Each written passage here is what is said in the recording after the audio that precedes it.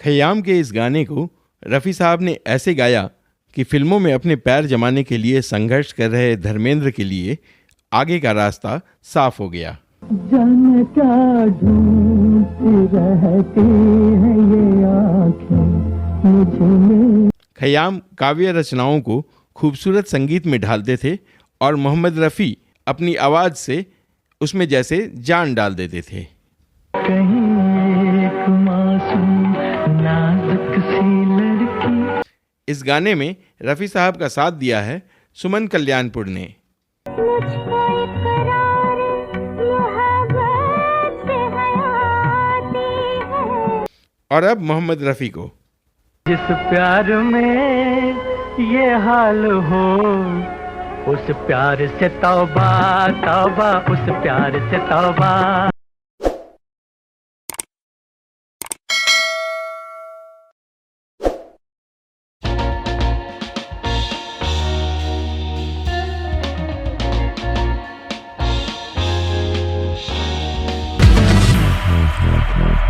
नमस्कार, black and white में आपका स्वागत है।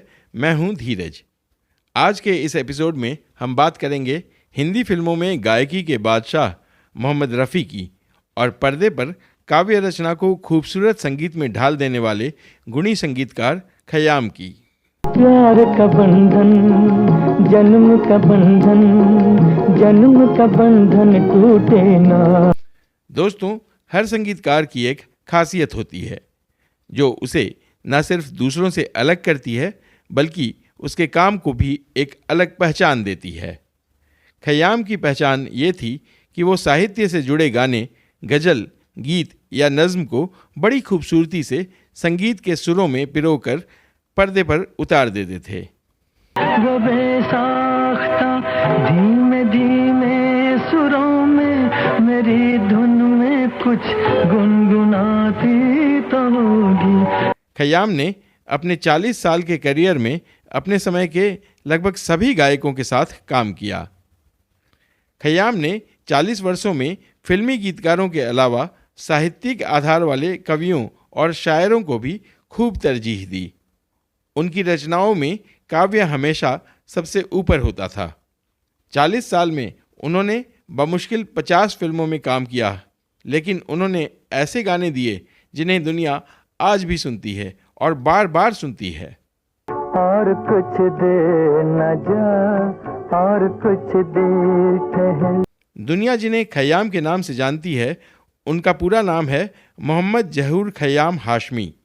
18 फरवरी 1927 को अविभाजित पंजाब के राहोन नवा शहर में पैदा हुए खयाम को पढ़ने के लिए दिल्ली भेजा गया था, लेकिन संगीत से उन्हें इतना लगाव था कि पंजाबी संगीत के मशहूर म्यूजिक डायरेक्टर बाबा चिश्ती से संगीत सीखने के लिए लाहौर चले गए। वहाँ उन्होंने बाबा चिश्ती से संगीत सीखा और फिर लुधियाना चले गए। साल था 1943 और खयाम की उम्र थी मात्र 16 साल। सेकेंड वर्ल्ड वॉर के समय कुछ समय फौज में रहने के बाद खयाम ने अपने सपने को पूरा करने के लिए मुंबई का रुख किया। खयाम ने 1948 में फिल्म हीर रांझा में संगीतकार रहमान वर्मा के साथ अपनी जोड़ी बनाई और इस जोड़ी का नाम रखा शर्मा जी वर्मा जी। इसमें शर्मा जी वो खुद थे।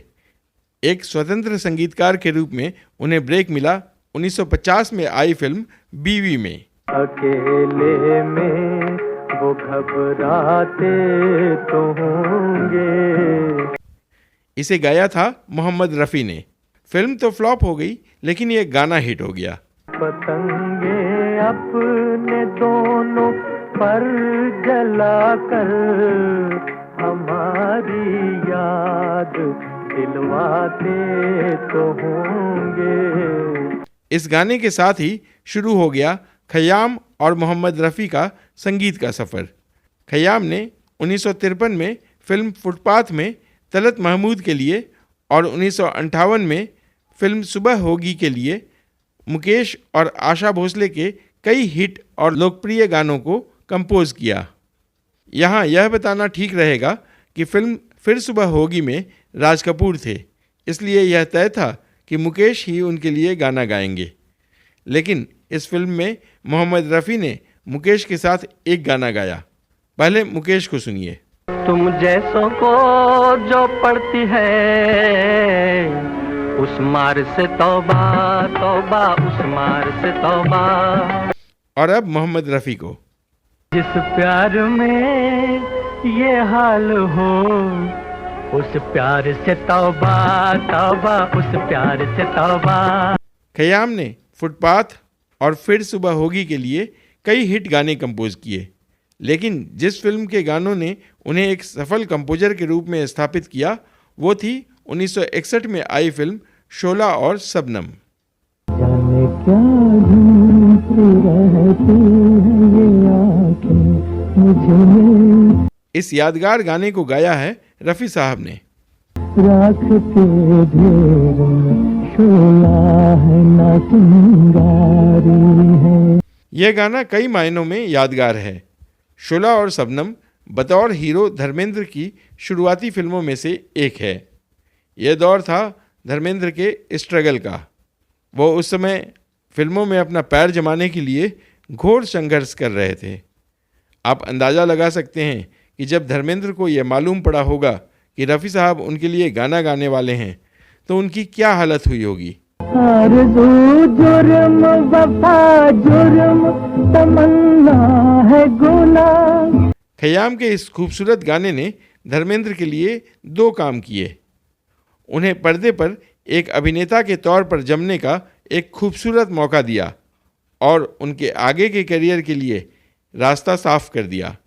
जो वो खरीदार नहीं हो सकता। जानकार खयाम के इस गाने को उनके पूरे करियर की सबसे खूबसूरत रचनाओं में से एक मानते हैं। जाने क्या ढूंढती रहती हैं ये आँखें मुझ में। खयाम को कविताओं, गीतों और काव्य रचनाओं को खूबसूरत संगीत में ढालने में महारत हासिल थी। अपनी इसी खासियत के लिए वो अब भी याद किए जाते हैं। यह जानना कितना दिलचस्प है कि खयाम ने अपने शुरुआती दौर में ही अपने इस हुनर को दुनिया के सामने रख दिया था।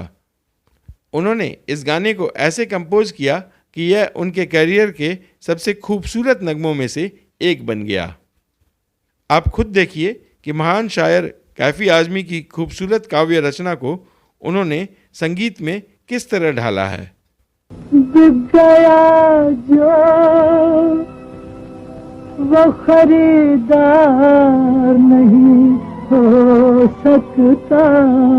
जानकारों का मानना है कि यह गाना रफ़ी साहब के लिए भी उनके पूरे करियर के सबसे खूबसूरत नगमों में से एक है। राख के घेर में शोला है ना चिंगारी है। इसी फिल्म का एक और यादगार गाना है जिसे भी मोहम्मद रफ़ी ने ही गाया है। प्यार का बंधन जन्म का बंधन। इस गाने में रफ़ी साहब का साथ दिया है लता मंगेशकर ने। 1961 के बाद 1964 में मोहम्मद रफ़ी और खयाम एक बार फिर साथ आए। फिल्म थी शगुन और गाना था ये रात बहुत रंगीन सही, इस रात में गम का जहर भी है। इसी फिल्म में रफ़ी साहब ने एक और गाना गाया है। पर्वतों के पेड़ों पर शाम का बसेरा है। खयाम को राग पहाड़ी पसंद था। ये गाना राग पहाड़ी पर ही आधारित है। इस बार खयाम ने चुना था साहिर लुधियानवी की रचना को। इस गाने में रफ़ी साहब का साथ दिया सुमन कल्याणपुर ने।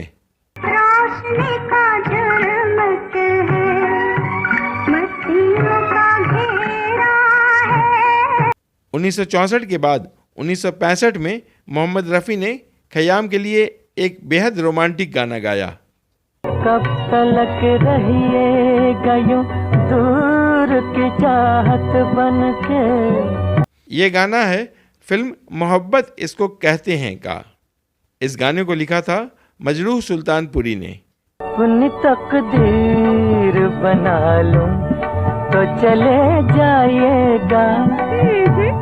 इस गाने में रफ़ी साहब के साथ हैं सुमन कल्याणपुर।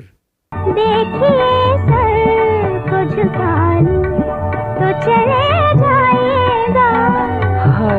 1965 के बाद 1966 में खयाम और मोहम्मद रफ़ी एक बार फिर साथ आए।